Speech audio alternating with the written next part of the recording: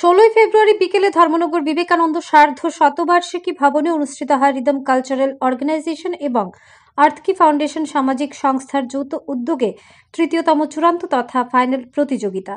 এতে প্রদীপ প্রজ্বলনের মাধ্যমে অনুষ্ঠানের শুভ সূচনা করেন রাজ্য বিধানসভার অধ্যক্ষ তথা ধর্মনগরের বিধায়ক বিশ্ববন্ধু সেন।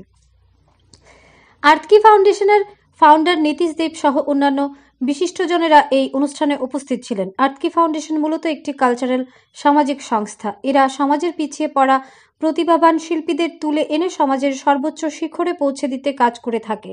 এই সংস্থাটি শুধুমাত্র উত্তর জেলার ধর্মনগরেই নয়, এর বিস্তৃতি উত্তর জেলা সহ ঊনকোটি, ধালাই জেলা সহ পার্শ্ববর্তী রাজ্য অসমেও বিস্তৃত।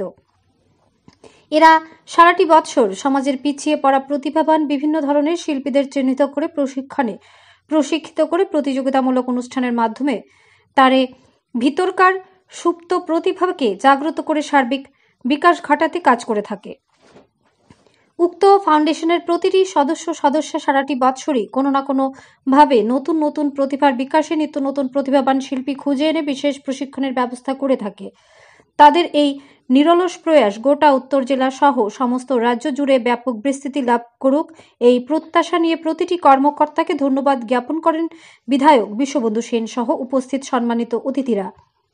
এই মর্মে আজ এক আনন্দঘন মুহূর্তের মধ্য দিয়ে প্রতিভাবান শিল্পীদের বিকাশকে আরও এগিয়ে নিয়ে যেতে অনুষ্ঠিত হয় প্রতিযোগিতামূলক বিভিন্ন ধরনের সাংস্কৃতিক পরিবেশনা। ধর্মনগর শহরে এ ধরনের সাংস্কৃতিক কর্মযজ্ঞকে ঘিরে আর্থকি ফাউন্ডেশনকে সাধুবাদ জানিয়েছেন সংস্কৃতির শহর ধর্মনগরের সংস্কৃতিপ্রিয় জনগণ। ধর্মনগর থেকে নিজস্ব প্রতিনিধির রিপোর্ট, আরই ধর্মনগর।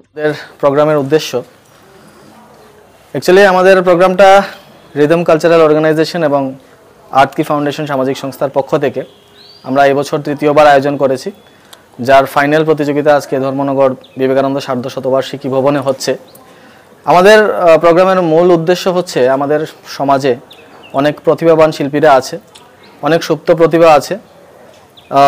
বিভিন্ন কারণে দেখা যায় এই সুপ্ত প্রতিভাগুলো বেরিয়ে আসে না, উপযুক্ত প্ল্যাটফর্ম পায় না শিল্পীরা। সেই চেষ্টাই আমরা যদি শিল্পীদেরকে একটা ভালো প্ল্যাটফর্ম করে দিতে পারি, যাতে তারা ভবিষ্যতে তাদের প্রতিভাকে তুলে ধরার মাধ্যমে যাতে আগামী দিনে তারা একটা সুন্দর ভবিষ্যৎ গড়ে তুলতে পারে, এটাই আমাদের মূল উদ্দেশ্য। আজ কত বছর পূর্তি উপলক্ষে এই প্রোগ্রামটা এবছর তৃতীয় বছর হচ্ছে। অ্যাকচুয়ালি আমাদের এই প্রোগ্রামটা শুধুমাত্র ধর্মনগর না, আমাদের উত্তর, ঊনকোটি এবং ত্রিপুরার বিভিন্ন জায়গা এবং আসামের বিভিন্ন জায়গায় অডিশন হয় এবং অনলাইন মাধ্যমে সমগ্র ভারতবর্ষের শিল্পীরা এটার মধ্যে কিন্তু অডিশন দিতে পারেন এবং অবশ্যই অনুষ্ঠানে অংশগ্রহণ করতে পারেন। আজ এই প্রোগ্রামের উদ্বোধক হিসেবে কে থাকবেন? আমাদের প্রোগ্রামের আজকে উদ্বোধন করবেন আমাদের ত্রিপুরা বিধানসভার মাননীয় অধ্যক্ষ শ্রী বিশ্ববন্ধু সেন মহাশয়। আপনার পরিচয়? আমি আর্থকি ফাউন্ডেশনের ফাউন্ডার শ্রী নীতিশ দেব।